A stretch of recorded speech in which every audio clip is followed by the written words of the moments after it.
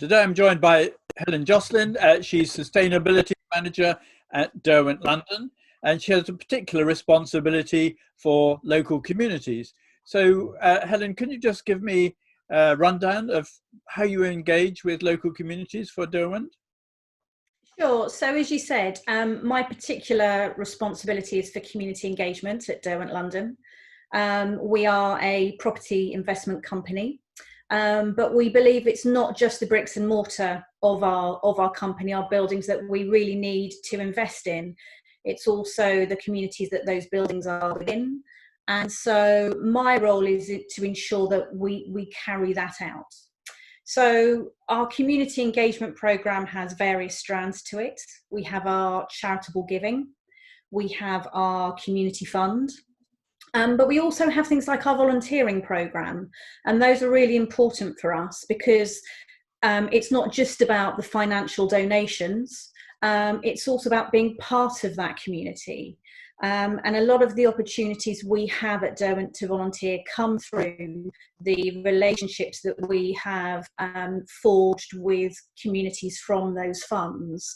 And it means that we are able to give back, spend time with them, and to really appreciate how important they are as a member of their community.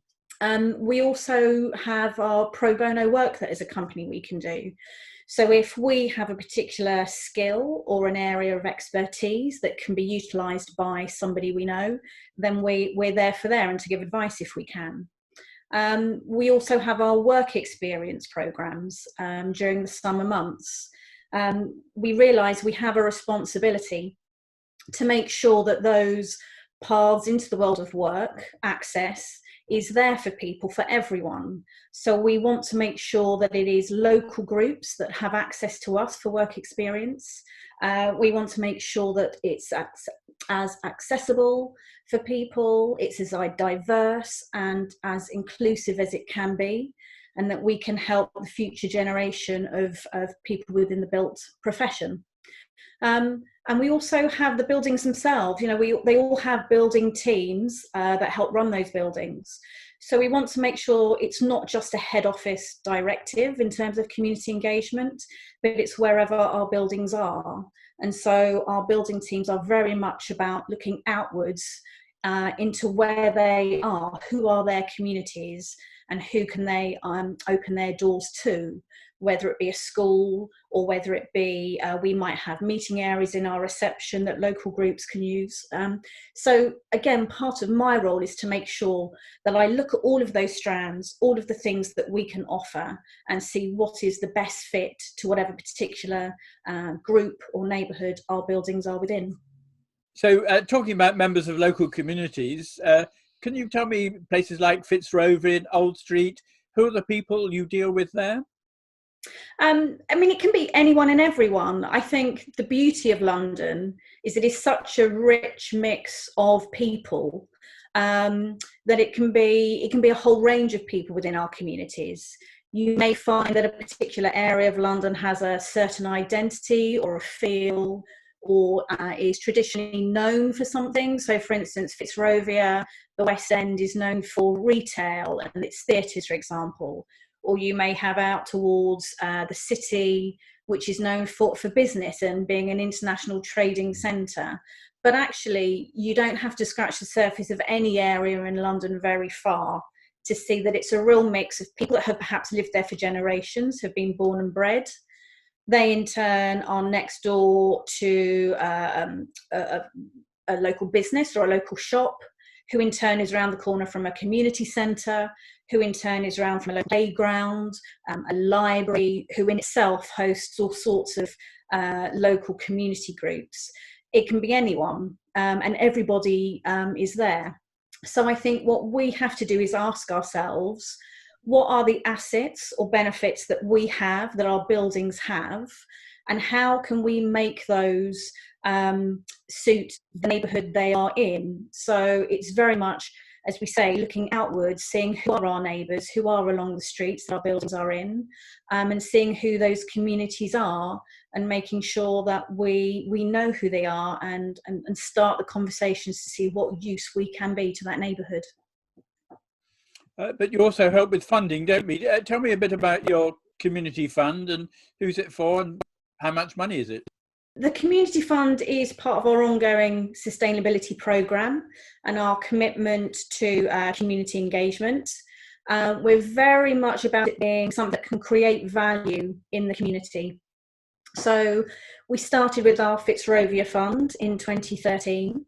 That recently became the Fitzrovia and West End Community Fund. And it transformed into that because as our portfolio has grown, so have the buildings that we have within it, and therefore there are new communities that we need to make sure that we are part of. So that has now expanded. We're out towards Paddington because of our Brunel building. We're now down into Soho because we are constructing Soho Place. And what we need to make sure is that our fund adapts accordingly. We also have our Tech Belt Fund, which has been up since 2016. That is to the east, to the City of London in the east, radiating out of Old Street roundabout, up towards Angel and down to Whitechapel. So it covers quite a large area. But between the two funds, we've supported just almost 100 projects and have given about £690,000, which we're really proud of. As to who it's for, again, it can be registered charities, it can be non-registered charities. We have local businesses that have applied or local residents. It can be for anyone, really. But what those applications need to show us is that, or to demonstrate, is what positive impact that project will bring for the local neighbourhood. So it can be a range of things people would like us to support. It can be environmental. It can be a local residents group who have a greening project or a local playground they would like improvements to. It can be health and well-being. It could be for an elderly lunch club. It could be for outreach for youth centres or employability.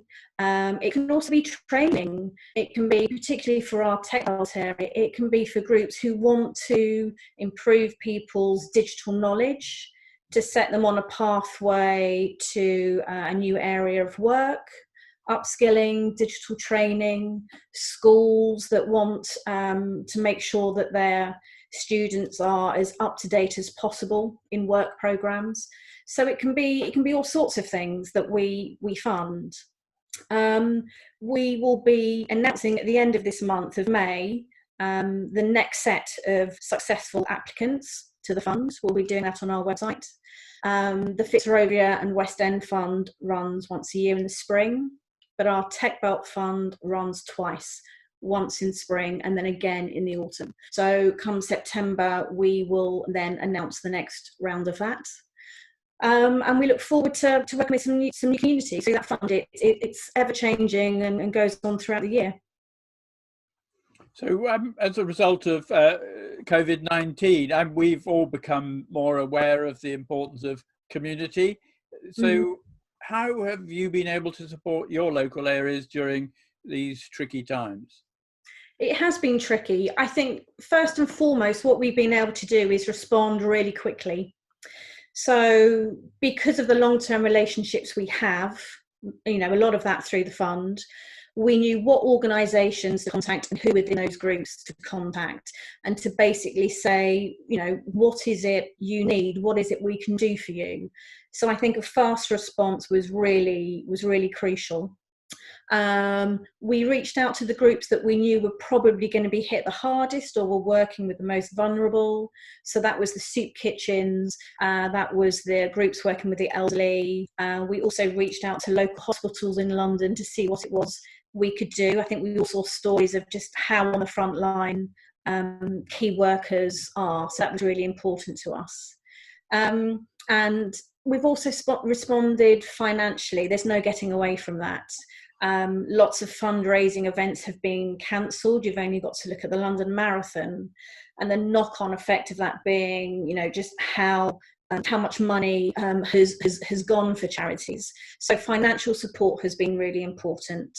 And as a direct response to this pandemic, we increased our giving to community projects by £50,000 because we knew charities were going to be particularly hit at this time. We've also kept in regular contact, and that's not just at the start of the lockdown, it's on a regular basis. It's a fast changing situation. So it's not enough that we just put in one call or one email and then just assume everything's okay. So maintaining contact has been really important. Disseminating information. If we see something that comes through that we think might be important to a group, then we email that out to let them know that we're still thinking about them. We've also put some organisations who are working in the same field together as a bit of moral support, also, to exchange ideas. Again, talking about community, it's people pulling together and seeing what it is they can do, what they can share, what advice they can give. So I think that's been really useful as well. We've also tried to keep on with volunteering. I mean, obviously social distancing has made that very, very tricky. But there's always remote volunteering, through the likes of Zoom, etc. That is still possible. And we've had lots of members of staff come forward to say they want to take part in that. And again, a lot of groups rely on volunteering, even at the best of times, to maintain a service. So for that to fall away, again, is extremely hard for groups. So we've taken part in calls to the elderly, for example, or we're taking part in career talks just to keep these groups going and for their service to keep going for as long as possible as we can. Also, social media has been very important. If we know of a group that has an emergency appeal or needs kind of a light shone on what they're doing in order to raise funds, then we've done that through the likes of Instagram. We have a social media presence, and therefore if we're able to introduce groups to people who follow us, then that's all good, and that something great could come out of that. So that's been really important. And I think going forward, it is listening, it's maintaining contact, letting people know that we're here. I think, as you say, one of the things that has come out of this is that sense of community and everyone pulling together. And that has been a bit of a silver lining when everyone has felt so down, to hear or see all of those stories of people doing their bit, making sure their neighbour's okay, or doing a bit of shopping for someone, or reaching out to make sure someone okay. That's been really important. And there's I think a consensus that even we go back to whatever normal is, what people would like to stick from this is kindness, a little bit more kindness to everyone, a little bit more sense of community, and for people not to forget that once the pandemic is over. So that's what we'll be doing going forward, to make sure our communities know that we're still there for them. Well, let's hope you're right, and people don't forget. Helen, absolutely. thank you very much for your time and your comments.